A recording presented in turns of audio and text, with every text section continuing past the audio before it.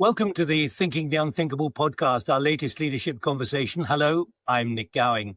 Well, here at Thinking the Unthinkable, we encourage everyone, especially leaders, to develop new mind muscle so they defy orthodoxy, they think more boldly, they plan more boldly, and consider options that previously they would never have dared to consider.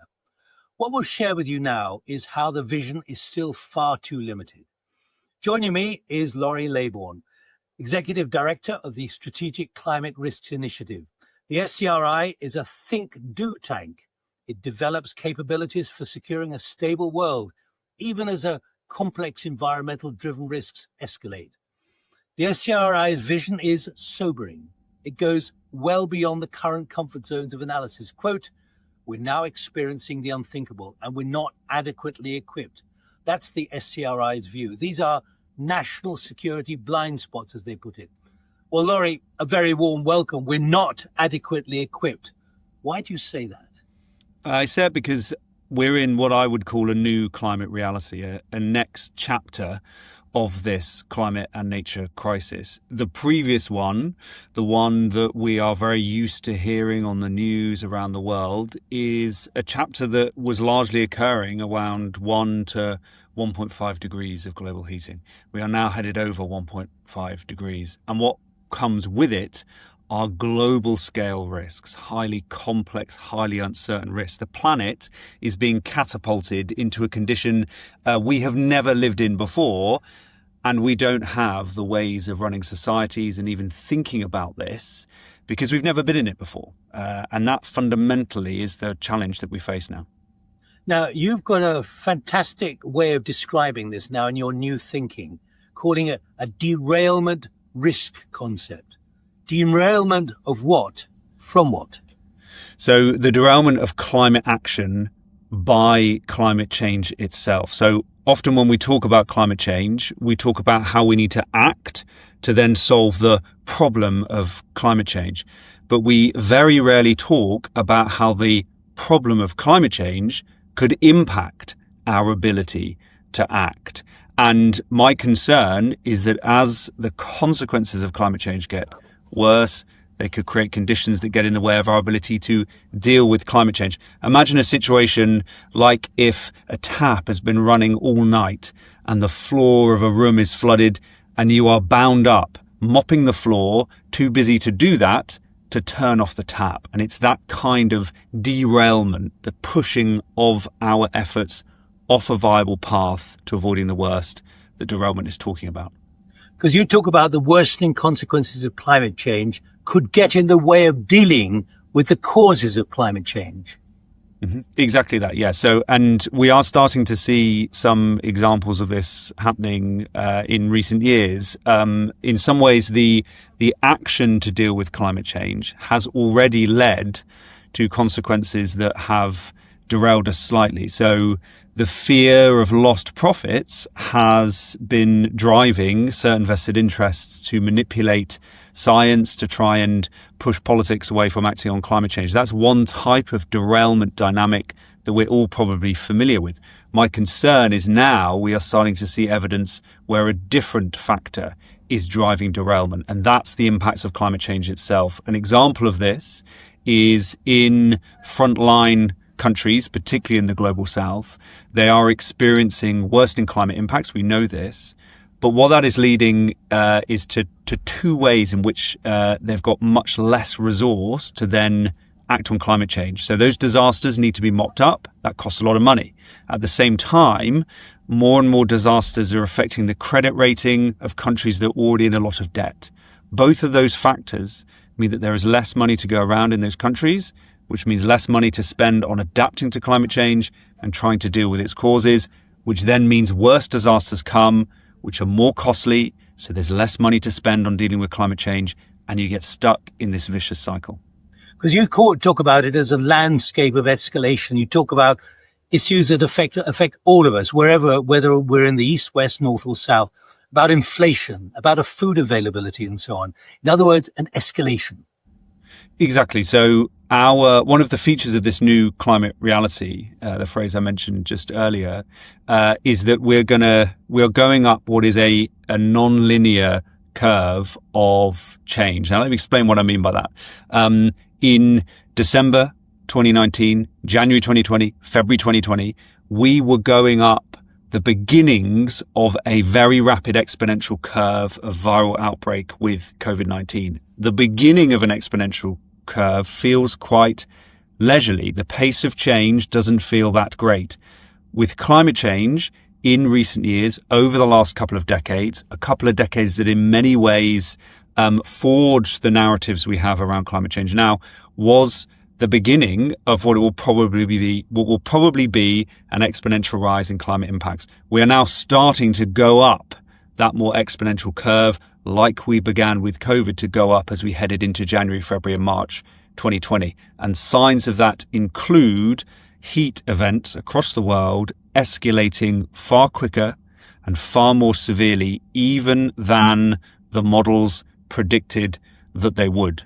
So this is part of a whole, as I say, landscape of escalation of ways in which climate change is going from this thing that we thought might be evolving slowly and a problem for grandchildren to something far more quicker, more severe and non-linear. Do you think this is really recognized? Do you think that this can be accelerated out of it? And it's one of your key words from some of your work, an accelerator. The reason I ask that is that the new national security strategy here in the UK barely has a mention of climate threats to stability, even on an issue of national security, a real blind spot, you call it. Why is this blind spot there when all of what you're saying is so obvious? There is a real problem with how key institutions in society risk assess this problem of climate change and the problem specifically of its consequences becoming non-linear. There are a number of complex reasons for this. I'll give you a couple. One is that there is a cultural clash, misunderstanding sometimes between risk assessors in government and other key institutions and scientists. Scientists want to only report things that they are utterly confident about, whereas a risk assessor needs to hear about everything, even if we have low confidence in it, because if it is a plausible threat, then we need to make sure we're assessing and managing those risks, right? It matters less if you predict Pearl Harbor and it doesn't happen than if you fail predict it and it does happen. So there's a cultural tension sometimes between how science thinks about uncertainty and how government and risk assessment thinks about uncertainty. And uncertainty is a critical quantity of a climate system gone haywire. Another problem, the second example I'll give you, is that a lot of the risk assessments to understand the impacts of climate change rely on some not particularly good economic analysis, which has used too many simplistic assumptions in trying to tackle the very complex question of how badly will climate change impact our economies. And so far, that economics has given us some very benign and misleading results. And we find ourselves in a situation where, for example, major pension funds around the world think that a 4 degree temperature rise, which is essentially biophysically catastrophic, we're not growing food in that world, will only lead pension annual returns to be reduced by about 1%.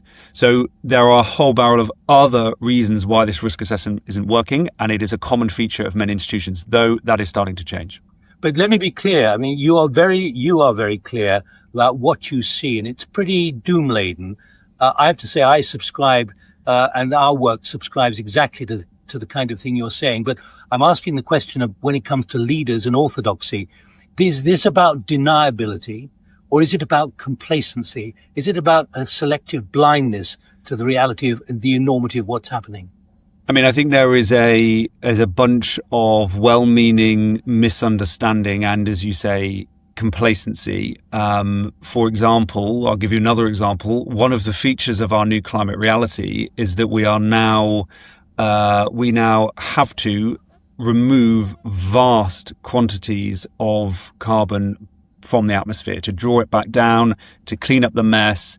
And that has ended up being dumped on our laps year after year for a number of reasons, one of which is that our climate models have used an assumption that we will suck it down in the future to be able to square the circle of whether we could still stay under 1.5 degrees. All of that is very complex. If you're a decision maker, you don't have the time, you don't have the expertise, you maybe aren't even alerted to these kind of complexities. So there's a well-meaning complacency there, but there is also manipulation. So to continue with this example of carbon removals, it has been a very useful foil for certain vested interests, particularly fossil fuel companies, who the alternative to the promise that we'll just clean up the mess later is that they would have to lose profits, because we would have to change society to reduce emissions now instead of relying on technologies to draw it down later. So it's a complex mix of these kind of things. And right now, as this new climate reality begins to emerge, as we go over 1.5 degrees, we have to break through that complacency and understand that we are in a very severe mess. But it doesn't mean a binary outcome of we're either completely doomed or technology will miraculously save us. We're in a much more difficult position now, and that requires maturity in facing up to it. But you do say that it's drawing away our attention, our money, our focus, our political energy from being able to decarbonize. In other words, a massive distraction. Yeah, and this is at the heart of why we have developed this concept of derailment risk, because we think going forward, one of the, if not the greatest strategic risk facing societies is that in a dramatically climate changed world and all of the chaos that comes with it, resources, money, time, political attention, our emotional energy and so on will be drawn away in dealing rightly, understandably, with that chaos. And in the process, it means that we will not accelerate carbon emissions reductions as we need to. And that is a recipe for true catastrophe, because it means, like my analogy of, not being able to turn off the tap because you're too busy mopping the floor, it ultimately means you're overcome because the underlying problem gets to a truly critical point. Now, let me try another avenue, because you've likened where we're heading to being on a ship that is heading towards a storm that is known to be out there. It's confirmed by the radar. The captain steers away to avoid it, but nothing like enough. What is the meaning of this metaphor? In other words, if the captain is on this ship that you're talking about, how much more steering away from the storm has to be done? Well, I think this is a way that helps us understand what needs to be done next, right? So the analogy here is that I think the way we talk about climate change, and in many ways the way we develop and try and execute policies on climate change, is akin to a ship, which we could say represents the world or a given country or company, headed towards a storm, which represents, the climate crisis. Maybe the storm represents going over 1.5 degrees.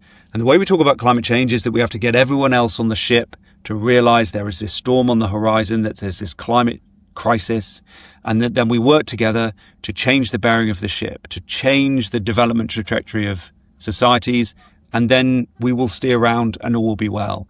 And we have done some of that globally. The bearing, as it were, has been changed. We've had astonishing progress with renewables. Solar is now the cheapest electricity in history. But the bearing wasn't changed enough. And in some ways, the ship has accelerated towards the storm. And we are now in it globally. And what's been happening recently, not just in the most frontline communities, but around the world, is a sign that we're now in the storm. And when you're in the storm, it requires a different sailing strategy.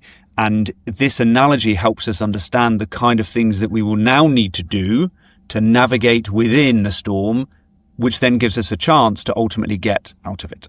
Are you saying that the instinct, Laurie, is to meander, to prevaricate, rather than to head in the direction that is absolutely clear and dictated by the conditions that are emerging? So I think there has been a tendency to meander. There is a tendency to meander before entering the storm, because if you're complacent and if you don't fully appreciate the threat within the storm, then you're not going to be so serious about sailing around, right? And I think we've definitely seen that in the case of climate change. When you then enter the storm itself, which I think will become more apparent to us globally in the coming years with climate change, then suddenly things reach a different tenor, and you suddenly realize that you should have been thinking far more about how robust the boat was, how adapted, in our case, societies are to climate change. You've then got to have very good radar on the ship, you've got to have really good climate risk assessments, because radar before you've entered the storm can be, low resolution. It just needs to pick up the existence of the storm. When you're in it, you need to know what is around you, so you can know what is unmanageable and you must avoid, and also identify what might be unavoidable and must be better managed. And the list goes on and on and on of the types of capabilities that aren't that important in fair weather sailing. But when you are in a storm, they then become very important. And the same type of thing is happening with societies and climate change now. What about the OMG moments, the oh my God moments, which are looming at the moment? Because you're very specific about this and very clear about it. Generalized social and economic stability. For example, uninsurability, less money for adaptation and mitigation, as you put it, a vicious circle. People can't even raise money. In other words, the way we run society is under threat.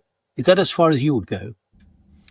Yeah, definitely. I mean, you can't be in a situation where you hear board members of, some of the major insurance organizations like Allianz running around saying there is a critical threat to insurability, which itself is a critical threat to our global economic system, to use a very big word, to capitalism, because insurance is the kind of secret grease, right? The invisible grease that lubricates our entire economic life, and by extension, therefore, so much that makes up society. So we are going to see all of these things being fundamentally destabilized. We already are, to be honest. These people are not saying this because they're worried about what comes next. They are partly. They're saying it because of what is already happening, with uninsurability crises beginning to emerge in different places across the world, in particular when it comes to real estate in parts of the US, driven by, a change in fire weather, and also a change in sea levels and flooding risk, and so on and so forth. So, and that is already being reflected in higher premia around the world and other spillover knock-on effects. So this is inevitable. We have to face that this generalized instability is only going to accelerate, but we have to get away from our predilection for binary ways of thinking about that. Oh my goodness, that means we're doomed, or, let's not talk about it because we need to be positive to solve it. Those binaries work if you're sailing, if you're not yet in a storm as a sailor, to continue to use my analogy. It does look like a win-lose situation. When you're in a storm, the binaries need to go out the window, and you need to be focused on the much harder grind of navigating amongst the instability. Laurie, we're into the last couple of minutes, but let's try and be positive, as we try to always be on Thinking the Unthinkable. Your analysis is important, and there are many who are pretty positive. I've got here the subject of your work, which is currently underway at Exeter University, on tipping points, on positive tipping points, the work led by Professor Tim Lenton, which has had a remarkable traction. Positive tipping points. A lot can be achieved by a very small number of people with vision. So give us a quick summary of what is achievable and why we shouldn't be too distressed by the kind of analysis that you have. So, yeah, I mean, I am one of the most positive people I know. And what was needed for me, I felt very downhearted about the state of climate change when I was not allowed or was not in a position to professionally focus on the true scale of what we might soon navigate through, right? There is, in my home country, the UK, on the government website, there is a page in which you can type in your birthday and it will tell you when you're supposed to retire. And I'm supposed to retire at the very end of the 2050s. So all of these environmental goals, net zero by 2050 and so on, are supposed to be achieved within my career. And then I've got a number of years before I retire, and then hopefully enjoy the rest of my life. That really helped sharpen to me an understanding that I needed to know what the conditions were going to be in which we try to navigate these rapid transitions. But Jim talks very clearly about positive tipping points. In other words, tipping points which can tip in a positive, not negative way. Yeah, 100%. And they have already tipped. We've already seen a tipping point in the rollout in solar technology. I mentioned that earlier. That reached a critical point in which it became cheaper than other things. And now you can go down and buy solar battery pack for less than a price of coffee in some countries.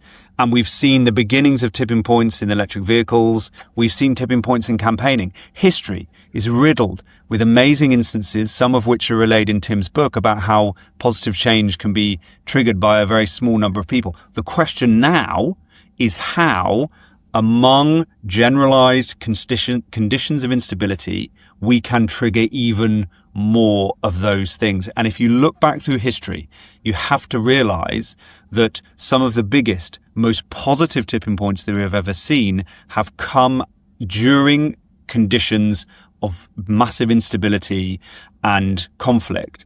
And what we need to do now is be less shy, less timid, less scared about facing up to the type of instability that now is to come, and actually then start facing it and working out which positive tipping points would be well served, that are well set up to be triggered under those worrying conditions. Laurie, our last 30 seconds, your main takeaway, takeoff message, because you talk about an accelerator being needed that creates a broad mass movement. What do you mean by that?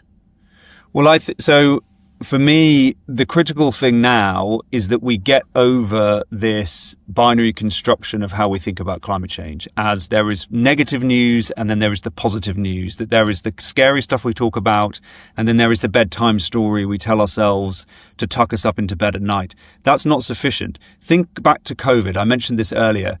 In February, it felt, at least for us in the UK, we'd not yet experienced the full force of the pandemic at that point. In February 2020, it felt like there's this negative thing, but let's not dwell on it too much. When it then came upon us, we entered a different mindset, a mindset more of navigating the instability and the complexity of it, right? No one was saying, oh my goodness, are we going to win? Are we going to lose? Are we talking too negatively? Let's talk positively. It then became a mindset of focus on navigating through it. That is now what we need. We are now in the storm and we've got to become storm sailors and because we're no longer fair weather sailors. And that is the shift that we need with climate change now. Wow. Thanks, Laurie. That's enormously great, enormously revealing about the dilemmas we now face. Thank you so much for joining us. And you can reference everything that Laurie's been saying us and has just given us, because there'll be a transcript of the podcast. It's posted in parallel on our website, along with contact details for us. And of course, Laurie at the Strategic Climate Risks Initiative. Do please join us when we next have our conversation about thinking unthinkables. We want to keep moving all of this forward, particularly in a positive way. Subscribe to our YouTube channel, where you'll find all our podcasts, very much in the same vein of frankness. From me, Nick Gowing, until the next time, keep thinking unthinkables. More than ever, it's both possible and necessary. So from Laurie and from me, bye-bye.